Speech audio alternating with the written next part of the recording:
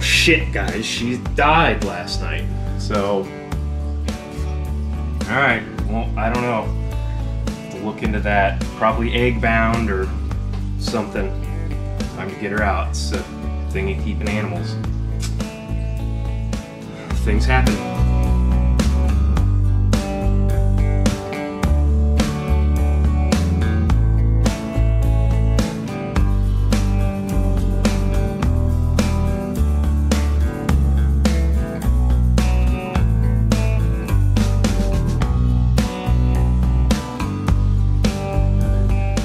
Hey everyone, welcome back to the Reptile Room. Today we're going to talk about a topic that you are going to encounter if you keep animals. You're gonna lose some animals, and the more animals you keep, the more often it will happen.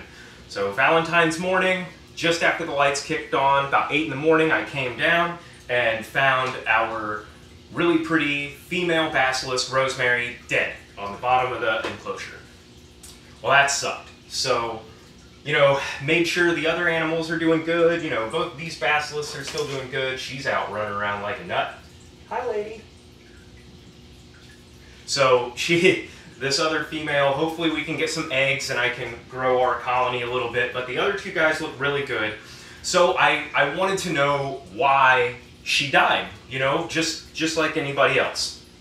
The odds of losing animals goes up with the quantity of animals that you have. You know, we've got the leopard geckos and everything over here, and we did produce some last year, and a couple of the babies. You know, it was the first time I produced some leopard geckos, and we did have a couple that failed to thrive. You know, even though I was keeping them all exactly the same, some of them didn't make it, and you know, that's hard. Even when they're babies, it's something you produce. Well, the basilisk I was really getting attached with, because in the previous video of the basilisk maintenance, you saw that she was climbing on me, she was still moving around, she had all the normal activities. She was basking, she was soaking, she was continuing to eat.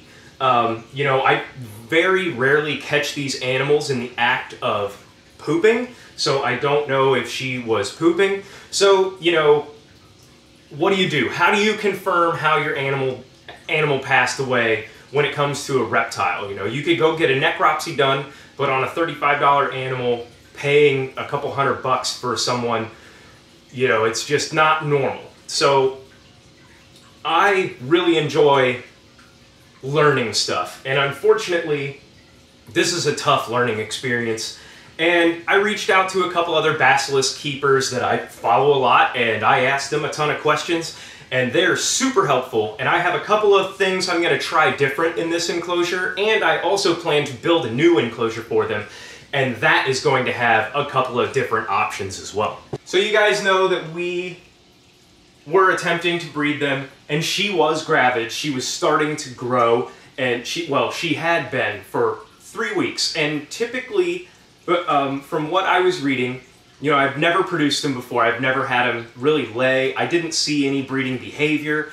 So it's been a little bit challenging for me to figure out a timeline on it. But what I did notice is that she had been growing, and while I was reading, you know, typically takes about 3 weeks for them to get, you know, to get fully gravid, and then they lay. So it seems like the other guys included, you know, this has happened. And I had read that egg binding is almost a common thing with some of these smaller, more fragile lizards.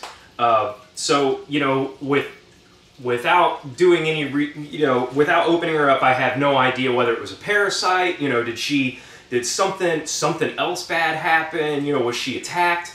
So I pulled her out. I actually did my own necropsy, because the only difference in science and bullshit is writing it down. And I love learning, and unfortunately I did this on my own. I've got some acquaintances that work at the Cincinnati Zoo, and I've asked them about, you know, what happens when they lose animals, personal animals, like reptiles, you know, nothing else. We're talking reptiles here. You know, typically they'll try to figure out what happened. You know, zoos do this, even with elephants that just pass away, you know, or a giraffe, you know, and it pisses a lot of people off sometimes, but you have to learn, right? You have to figure out what happened, and we have to write it down. We have to document it. So I recorded that, and I don't know if anybody's going to want to watch it, but I have it, mostly for myself. So she was about 22 to 24 inches long, nose to tail, and that's pretty big. You know, the males can get up to 3 feet, so about 36 inches long. Now her nose to vent, you know, tip to tip, was only 6 inches, I think. So a vast majority of their bodies is tails. And her biggest toe on her back foot was, I want to say, 1.5 inches. I have to go double check my video, but yeah, you know, if you guys are interested in that, I'll try to find a way to post it, probably through my Patreon, so that, you know, there's a little bit, I can upload some content there for patrons who want to get more involved.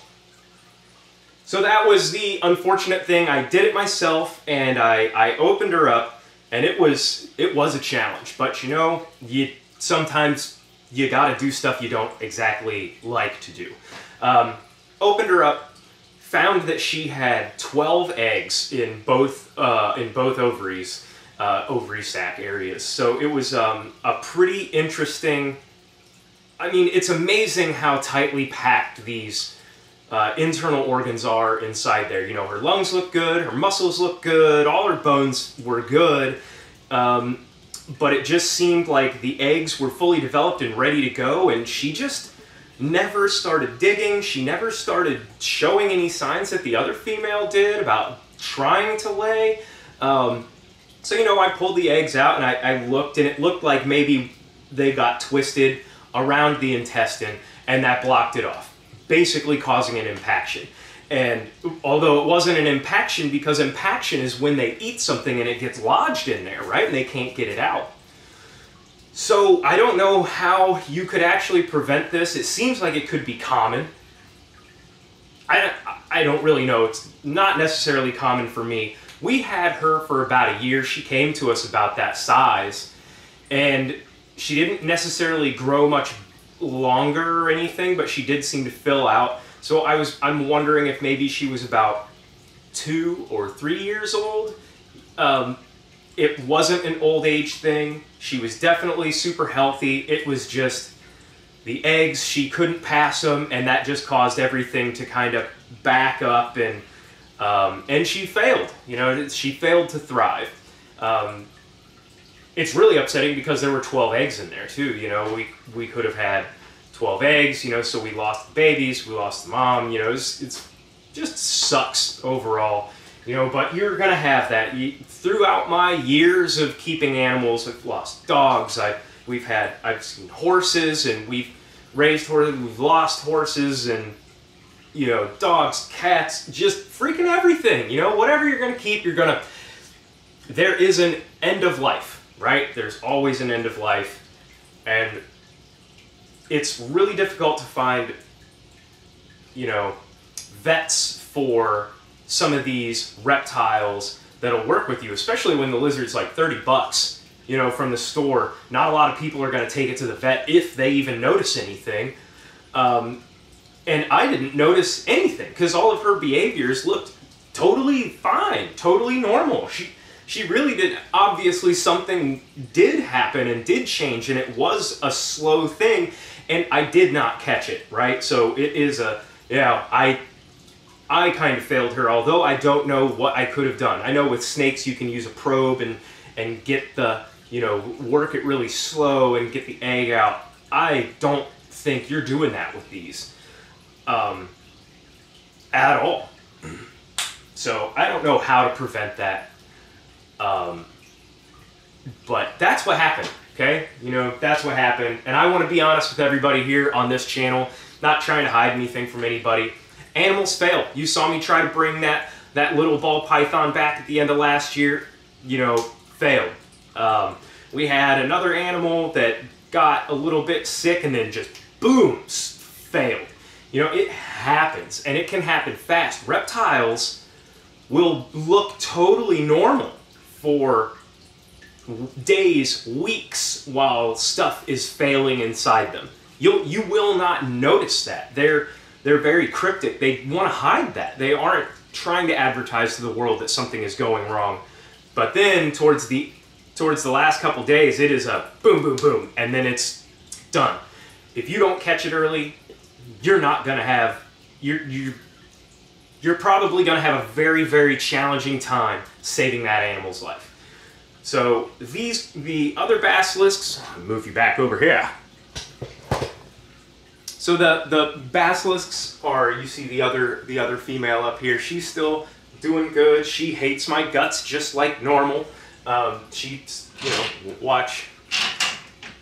Hi. Yeah. So she's still super active. She hates my guts. Totally fine. And maybe now with just the pair of them, who knows? Maybe it was just too much stress. I know that one of the other breeders, basilisk breeders that I had talked to, said he was expecting one of his females to lay in his outside enclosure, and they were expecting a cold snap, so he pulled her out of there so she didn't freeze to death, brought her inside, and that little stressor, that movement, she didn't lay. And then some of the other suggestions I had were try to do an elevated lay box. You know, I have super deep substrate, but I'm going to add some more. I'm going to add this planter box. I'm going to try to add, I'm going to try to do everything that was recommended because I do not want it to happen again. I'm sure it will. Odds are against you on that, you know. It's just, that is how it works with animals sometimes. So, you know, getting them all taken care of. Yeah, you know, it sucks losing an animal. It really does. If any of you guys have lost animals, comment down below. I'm sure you have. And if you haven't, you haven't been keeping them long enough. Honestly, it's gonna happen. It's really the sad truth about it. Animals have an end of life. Humans do too. So that's what happened. I'm sorry, I'm just watching the turtle is hilarious. You know, that's what happened. I would appreciate it if you guys checked out last week's video when she's still alive and walking around, and check her out. I'd appreciate you guys, you know, giving me a subscribe, like, comment, whatever, you know, hit me up. Let me know down below if you guys want to see that necropsy video. Like I said, I'll probably put it on my Patreon just so that it's not up on YouTube where any Joe Schmo can find it, because I don't necessarily know that that's where I want to share it yet. We're going to be busting into leopard geckos here soon. Hopefully after all this weather events and whatnot, we can start getting some warming trends, and maybe I can start planning some outside enclosures for everybody again. I'm expecting a lot to be happening here over the next couple of weeks in the reptile room. And unfortunately, this was just like the very next day. Uploaded that video Friday night. Boom, she was dead Sunday morning. What a kick, you know, really was. But that's life, and don't want to hide anything from you guys. So yeah, I mean, that's pretty much it. Like, comment, subscribe, stick around. I don't want to make another sad video like this for a very long time. Okay, see you guys next week.